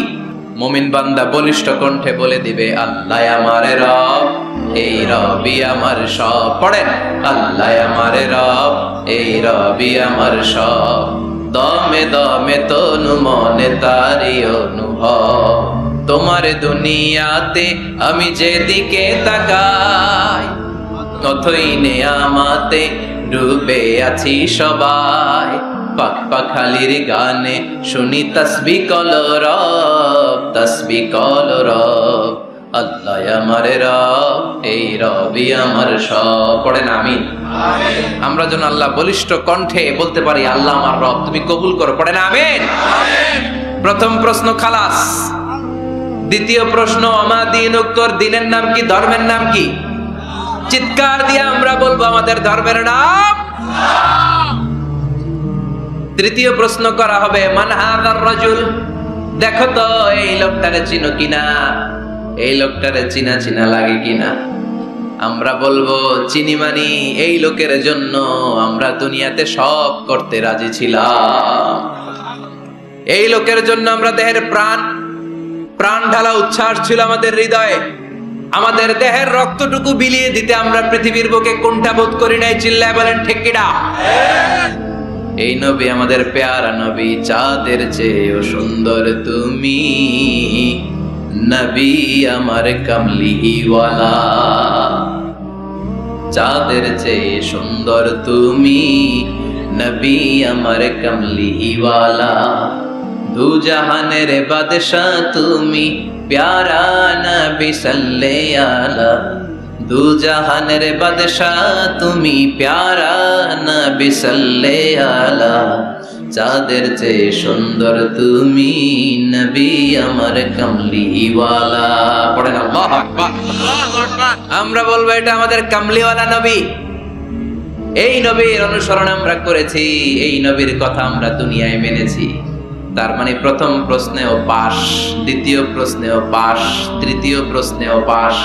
এবার মুমিনদের জন্য এক্সট্রা একটা কোশ্চেন আছে না নাই? 4 নাম্বার প্রশ্নটাও জেনে রাখেন, কবরে কাজে লাগবে। তখন জিজ্ঞেস করা হবে, ওয়ামা ইলমুক, ওয়ামা ইলমুক, what is the source of your knowledge, what is the source of your answer. এই যে 3টা প্রশ্নের উত্তর দিতে পারলা বাঘের বাচ্চার মতো, তথ্যসূত্র কি? What is the reference? করতে শিখছো? কোত্থেকে শিখেছেন বলে আসতে হবে। আমরা বলবো, আমরা কোরআন থেকে শিখেছি, হাদিস থেকে শিখেছি, মাহফিলগুলোতে জেনেছি, বয়ানগুলো থেকে শিখেছি। পড়েন সুবহানাল্লাহ। 4টা প্রশ্নের উত্তর যখন আপনি দিয়ে দিবেন, ফেরেশতারা বলবে আহলান ওয়া সাহলান, কংগ্রাচুলেশন। কি বলবে? আহলান ওয়া সাহলান, মানে কংগ্রাচুলেশন, খুশ আমদেদ, খুশ আমদেদ, খুশ আমদেদ। ওয়ায়ুফসাহু লাহু কবরুহু 70 যিরান, কবরটারে 70 হাত লম্বা করে দেয়া হবে। ওয়ায়ুফতাহু লাহু বাবুন ইলাল জান্নাহ, জান্নাতের দিকে একটা দরজা সেট করে দেয়া হবে। ওই জায়গা দিয়ে, দরজা দিয়ে জান্নাতের এয়ার কন্ডিশনের ঘরগুলো থেকে ঠান্ডা হিমেল বাতাস আর সুগন্ধ এসে কবরটারে আমোদ করে দিবে। সুবহানাল্লাহ। ওয়ায়ুলবাসু মিন লিবাসিল জান্নাহ, জান্নাতের চমৎকার একটা পোশাক পরিয়ে দেয়া হবে। আর বলা হবে, নাম কানাউমিল আরুস, বাসর রাতে বর যেমনি কনেকে নিয়ে আনন্দের ঘুম দেয়, তুমিও একটা ঘুম দাও। সুবহানাল্লাহ পড়েন। নাম কানাউমিল আরুস, বাসর রাতে বর যেমনি কনেকে নিয়ে ঘুমায়, ঘুমাও। মধুর একটা ঘুম আপনার সেদিন হবে। ইসরাফিলের সিঙ্গার আওয়াজ ওই হুইসেল বাজার আগ পর্যন্ত ওই ঘুম কেউ আপনার ভাঙাতে পারবে না। আল্লাহ কবরের 4টা প্রশ্ন, এগুলোর সঠিক উত্তর দিয়ে জান্নাতের পোশাক পরে আমরাও যেন ঘুমিয়ে থাকতে পারি তৌফিক দাও। আর জোরে পড়ে না আমি। এবার নাস্তিকদের পালা, বামপন্থীদের পালা, রামপন্থীদের পালা, ইসলাম বিরোধীদের পালা, কোরআন বিরোধীদের পালা, নবী বিরোধীদের পালা। ওদের সামনে দুজন ফেরেশতা আসবে, আসওয়াদান আজরাকান। আসওয়াদান আজরাকান, নীলাভ চোখ, কালো গাত্র বর্ণের। নীলাভ চোখ, চোখগুলো নীল, গায়ের কালার হবে কালো। তাহলে কি ভয়ঙ্কর চেহারা হবে ফেরেশতা দুজনের। এসে বলবে, ওঠ, বস। মার রব্বুক, তোর রবের নাম কি? কয় জানি না। কি কয়? জানি না। লা আদরি, আমি জানি না। আমি অমুক নেতার পিছনে পিছনে ঘুরতাম, খালি এটা মনে আছে। আমি মাও সেতুংকে নেতা মানতাম, আমি কার্ল মার্কসকে নেতা মানতাম, আমি নেতা খেতাদের পিছনে ঘুরতাম। রব কি, ইসলাম কি, দিন কি, কিচ্ছু আমি জানি না। মাফ চাই, জানি না। দ্বিতীয় প্রশ্ন, ওমা দিন, উত্তর ধর্মের নাম কি? কয় আমার কোনো ধর্ম নাই, আমার কোনো ধর্ম নাই, আমি হলাম নাস্তিক। আমি কি? কথা বলেন, আমি কি? আমি এক প্যাকেটের বিরিয়ানির সন্ধান পাইলে শাহবাগের প্রজন্ম চত্বরে যায় ডান্স দিতাম। এরকম টাকায় তাছাড়া নাই। ওমার দিন, উত্তর ধর্ম কি? কয় জানি না, মাফসাই, আমি কিচ্ছু জানি না, ধর্ম টর্ম নাই আমার, আমি নাস্তিক। ফেরেশতারা বলবে, ও তুমি নাস্তিক, দাঁড়াও, আর একটা বাকি প্রশ্ন, এরপরে খেলা শুরু। ঠিক কিনা? 3 নাম্বার প্রশ্ন, ওমান হাযার রাজুল, এই লোকটাকে চিনো কিনা দেখো।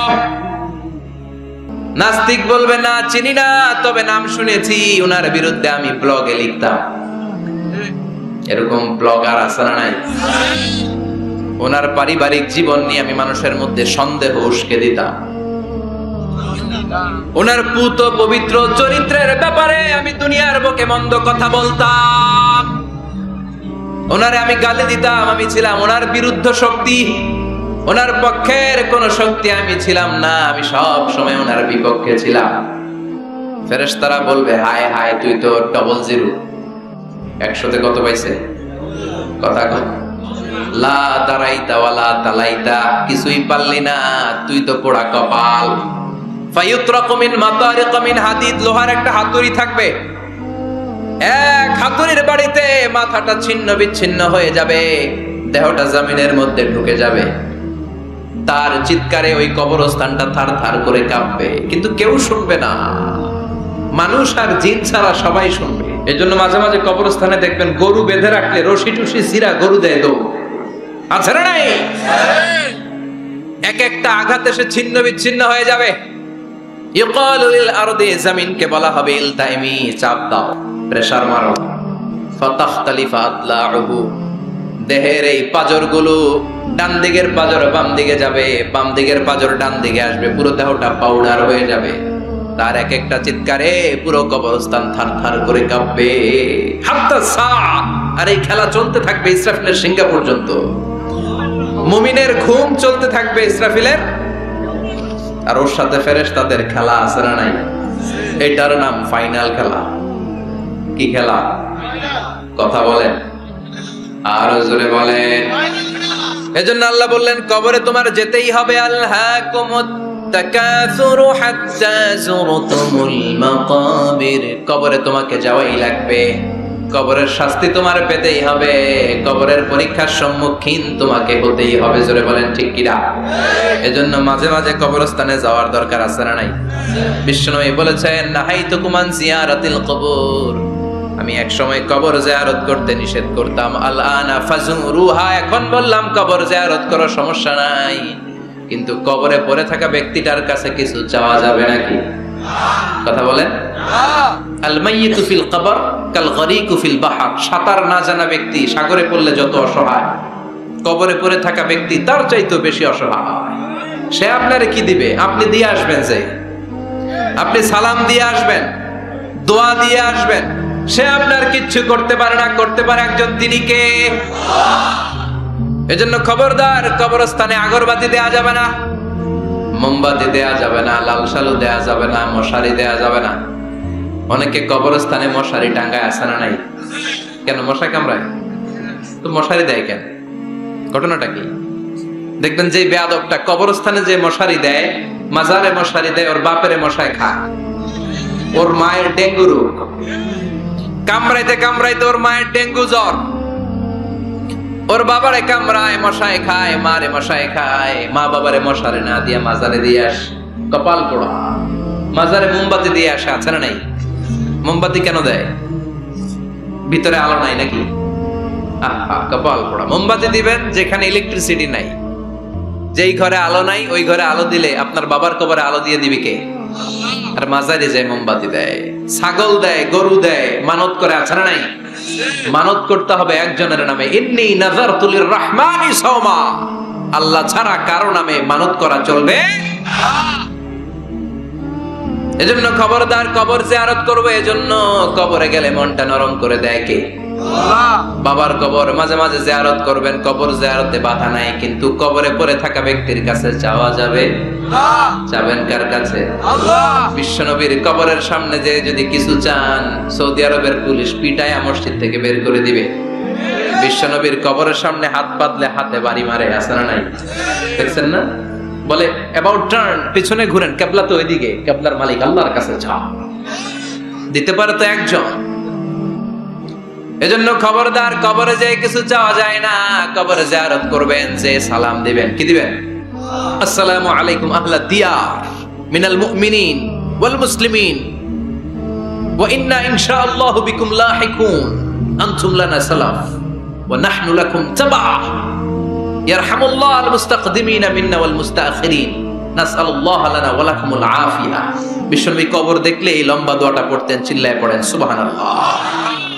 এর মানে হলো কবরবাসীরা সালাম, আল্লাহ আপনাদের উপর রহমত করুক, আপনারা নিচে আমি উপরে, তার মানে এই না আমি একদিন আসবো না। সবার গন্তব্য একটা, দ্য সেম ডেস্টিনেশন। আপনারা হয়তো কিছুদিন আগে গিয়েছেন, কিছুদিন পরেই আমরা আসতেছি। কথা বলেন, এটা মাথার মধ্যে ঢুকিয়ে দেয় কে? এজন্য কবর জিয়ারতের দরকার আছে না নাই? এজন্য আল্লাহ বললেন, আল্লাহাকুমুত তাকাসুরু হাত্তা যুরতুমুল মাকাবির। দুনিয়ার ভোগের সামগ্রী তোমাদেরকে পাগল বানিয়ে দিয়েছে, কবরে না ঢোকা পর্যন্ত তোমাদের এই গাফলতি কোনোদিন শেষ হবে না।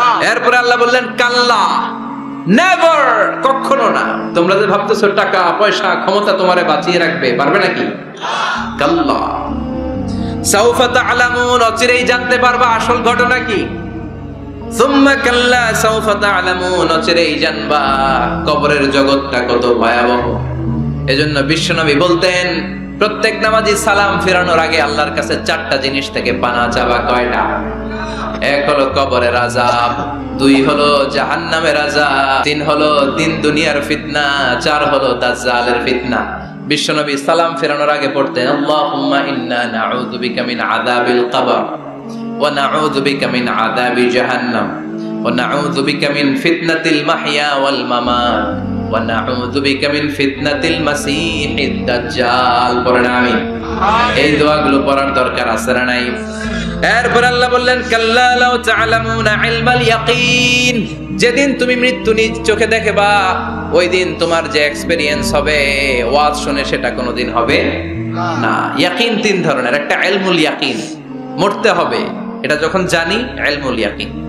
এবার একদিন সামনে একজনের দেখলাম মরে গেছে, এটা হচ্ছে আইনুল ইয়াকিন, দেখলাম। আর যেদিন নিজে মরবো, এটা বলে হাক্কুল ইয়াকিন, ঠিক কি না? এজন্য আল্লাহ বললেন, গোলাম লা তারাবুন্নাল জাহিম, সেদিন কবর তোমরা দেখবা, সেদিন জাহান্নামের টকবগে আগুন তোমরা দেখবা। জাহান্নামের আগুন দুনিয়ার আগুনের মতো নাকি? কথা কন। জাহান্নামের আগুনকে আল্লাহ বলেছে নারুল্লাহ, এটা আল্লাহর আগুন। কার আগুন? গ্যাসের চুলা দিয়ে আমরা ঘরে যে তরকারি পাকাই, যে আগুন দিয়ে, এই আগুন জাহান্নামের আগুন একরকম, 70 গুণ বেশি তেজ ওয়া। দুনিয়ার আগুন হাতে লাগলে হাত জ্বলে, পায়ে লাগলে পা জ্বলে, জাহান্নামের আগুন দেহের যেখানেই লাগুক না, আগে কলিজাটা জ্বলে যাবে। আগে কোন জায়গাটা জ্বলবে? নারুল্লাহিল মুখদা আল্লাতী তাত্তালিউ আলাল আফইদা। আগে কলিজাটা ছারখার। সেদিন তোমরা সেই ভয়ঙ্কর দোজখ দেখবা। সুম্মা লাতারাবুন্নাহা আইনাল ইয়াকিন, চাক্ষুষ দেখবা। সুম্মা লাতুসআলুন্না ইয়াওমাইযিন আনিন নাঈম, সেদিন আল্লাহর দেয়া সবগুলো নেয়ামতের ব্যাপারে তোমাদের জিজ্ঞেস করবে কে? লাতুসআলুন্না ইয়াওমাইযিন আনিন নাঈম। বিশ্বনবী একদিন রাতের বেলা ক্ষুধার্ত, প্রচন্ড ক্ষুধা। ক্ষুধার চোটে ঘর থেকে বের হয়ে দেখে আবু বকরও বাইরে, ওমরও বাইরে। ঘটনা কি? What a coincident! কেমনে মিলে গেল? বিশ্বনবী বললেন, আবু বকর বাইরে কেন? কয়, নবী ক্ষুধা। ওমর, তুমি তো এই টাইমে বাইরে থাকো না, বাইরে কেন? কয়, ঘরে খাওয়ার নাই। বিশ্বনবীর পেটেও খাবার নাই। বিশ্বনবী বললেন, চলো এক আনসারী সাহাবীর বাড়িতে যাই। যে দেখেন সাহাবী বাড়িতে নাই, ফ্যামিলির লোকদের জন্য কুয়া থেকে পানি আনতে গেছে। পানি এনে দেখে বিশ্বনবী আর আবু বকর ওমর দাঁড়ানো। সাহাবী বলে, ও নবী, গভীর রাতে আপনি আমার বাড়িতে এসেছেন, আমার যে সৌভাগ্যবান এই মুহূর্তে পৃথিবীতে কেউ নাই। ও নবী, কি মেহমানদারি করব? বিশ্বনবী বললেন, যা আছে তাই নিয়ে আসো। সাহাবা খেজুর বাগান থেকে খেজুরের ডাল ভেঙে আনলেন। ওই ডালের মধ্যে বিশ্বনবী কত প্রামাণ্য বর্ণনা দিচ্ছেন। বিশ্বনবী বললেন, খেজুরের ডালে আছে কিছু কাঁচা খেজুর, কিছু পাকা খেজুর। আমরা তিনজন মিলে টানাটানি করে খেতে লাগলাম, ক্ষুধায় অস্থির। আমাদের সামনে ছাগল জবাই করা হলো, আগুনে ঝলসে গোশতগুলো দেয়া হলো, তিনজন মিলে ভাগ করে খেলাম। বললাম, আবু বকর, এতক্ষণ ক্ষুধার্ত ছিলা, ক্ষুধা দিছিল কে? এখন তোমার পেটে ক্ষুধা আছে নাকি? কয়, নাই। এই নেয়ামত তোমার দিল কে? সুম্মা লাতুসআলুন্না ইয়াওমাইযিন আনিন নাঈম। বিশ্বনবী বললেন, ও আবু বকর, এই যে নেয়ামত এই মাত্র খেলা, এই নেয়ামতের ব্যাপারেও তোমারে জিজ্ঞেস করবে কে? তাইলে প্রতিটি নেয়ামতের ব্যাপারে ইন দ্য ডে অফ জাজমেন্টে প্রশ্ন আছে না নাই? নেয়ামত আল্লাহ আমাদেরকে কম কম দিছে, তাই না? কথা কম, কথা কম। ঠিক যেই মুহূর্তে আমরা এখন সুস্থ, অসুস্থ হয়ে হসপিটালে পড়ে আছে না নাই? মৃত্যুর সাথে কঠিন পরিস্থিতিতে পড়ে আছে, এরকম আছে না নাই? এজন্য আল্লাহ বললেন, ওয়া ইন তাউদ্দু নি'মাতাল্লাহি লা তুহসুহা। এত নেয়ামত দিয়েছি, গুণে শেষ করা যাবে না। কিয়ামতের দিন এই নেয়ামতগুলোর ব্যাপারে পাই টু পাই আমাদের কাছে হিসাব চাইবে কে? কথা কোন? পাঁচটা বিষয়ের হিসাব চাইবে। নাম্বার 1, আন হায়াতিহি ফিমা আফনা। তোমার জীবনটাকে তুমি কোন কাজে লাগিয়েছো? এটা হচ্ছে কমন কোশ্চেন। কবরের প্রশ্ন আমাদের 4টা, আর কিয়ামতের ময়দানে কয়টা? কথা কোন? নাম্বার 1, জীবন দিয়েছে, জীবন কোন কাজে লাগিয়েছো? নাম্বার 2, জীবনে যে যৌবন আছে, যৌবনটারে কোন কাজে লাগিয়েছো? ঠিক কি না? যৌবনের ইবাদত আল্লাহর কাছে বড় প্রিয়। যুবক যারা নামাজ পড়ে, বুড়ো হলে নামাজ পড়তে না পারলেও আমল নামায় নামাজের সওয়াব দিবে কে? সুবহানাল্লাহ কইবেন না? পেনশন স্কিম, এটা কি বলে? After service appreciation. 30 বছর গভর্নমেন্ট জব করার পরে বয়স হচ্ছে 60, আর করতে পারেন না, তখন একটা বান্ডেল, এক বান্ডেল টাকা আপনারে দিয়ে দিবে। পেনশন স্কিম, জাতিকে সাথ দিয়েছেন, এখন পারেন না, তারপরও টাকা আছে না নাই? এটাকে বলে আফটার সার্ভিস অ্যাপ্রিসিয়েশন। এত সার্ভিস যে দিয়েছেন, অ্যাপ্রিসিয়েশন।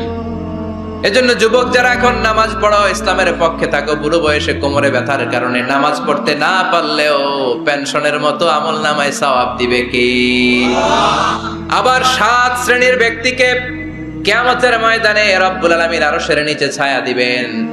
ওই 7 শ্রেণীর মধ্যে যুবক শ্রেণী একটা আছে, যে যুবক তার যৌবনে আল্লাহর ইবাদত করেছে। পড়েন সুবহানাল্লাহ।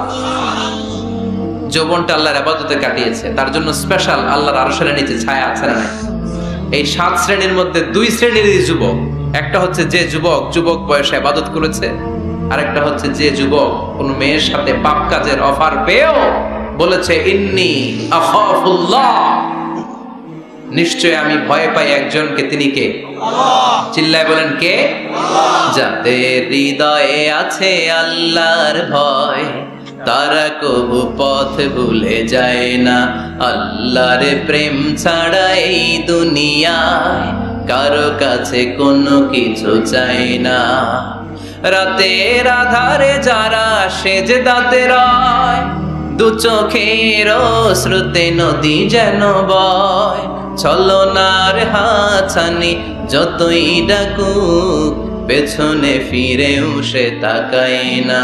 যাদের হৃদয়ে আছে আল্লাহর ভয়, তারা কবু পথ ভুলে যায় না। ঠিক কিনা? আল্লাহর ভয় অন্তরে থাকার দরকার আছে না নাই? এজন্য এই 5টা প্রশ্নের উত্তর না দিয়ে কোন বনি আদম কিয়ামতের দিন পা নাড়াতে পারবে? আল্লাহ আমরা যেন প্রশ্নগুলোর উত্তর সঠিকভাবে দিতে পারি, তুমি তৌফিক দাও। এজন্য দুনিয়ার মোহে পড়ে থাকা যাবে না, কবরের চিন্তা থাকার দরকার আছে না নাই? কবর নিয়ে ভাবতে হবে। কবর is a reminder for every মুসলিম। এই কবর গ্রেভিয়ার্ড, কবরস্থানগুলো আমাদের জন্য রিমাইন্ডার। প্রতিদিন অ্যানাউন্স হয় অমুক এলাকার অমুক ভাই আমাদের মধ্যে দুনিয়ায় নাই, তারপরও আমাদের টনক নড়ে না। ঠিক কিনা? এজন্য আল্লাহ বলেছেন আলহাকুমুত তাকাসুর, তোদের টনক নড়বে না হাত্তা যুরতুমুল মাকাবির, যতদিন না তোমরা কবরের ভেতরে না ঢুকবে। আমরা যেন কবরের প্রশ্নের জন্য প্রস্তুতি নিতে পারি, কবরের জন্য প্রিপেয়ার্ড থাকতে পারি। আল্লাহ তুমি তৌফিক দাও। আর জোরে পড়েন আমিন। আখিরাতের প্রশ্নগুলো যেন আমরা সুন্দর করে উত্তর করে জান্নাতের অধিকারী হতে পারি। আল্লাহ তুমি তৌফিক দাও। আর জোরে পড়েন আমিন। যতগুলো কথা বললাম কোরআন সুন্নাহর আলোকে বলেছি, বানিয়ে কিছু বলি নাই। তারপরেও আমার মনের অজান্তে কোনো মিস ইনফরমেশন যদি আমার মুখ ফসকে বেরিয়ে যায়, সেগুলো যেন আল্লাহ তাআলা আমাদের স্মৃতিপট থেকে মুছে দেয়। আমরা পড়ি আমিন। সত্য, সুন্দর, কল্যাণকর, হকের পক্ষে যা বলেছি তার সবটুকু প্রথমে আল্লাহ তাআলা আমাকে এবং আপনাদের সবাইকে আমলের তৌফিক দান করুক। আমরা পড়ি আমিন।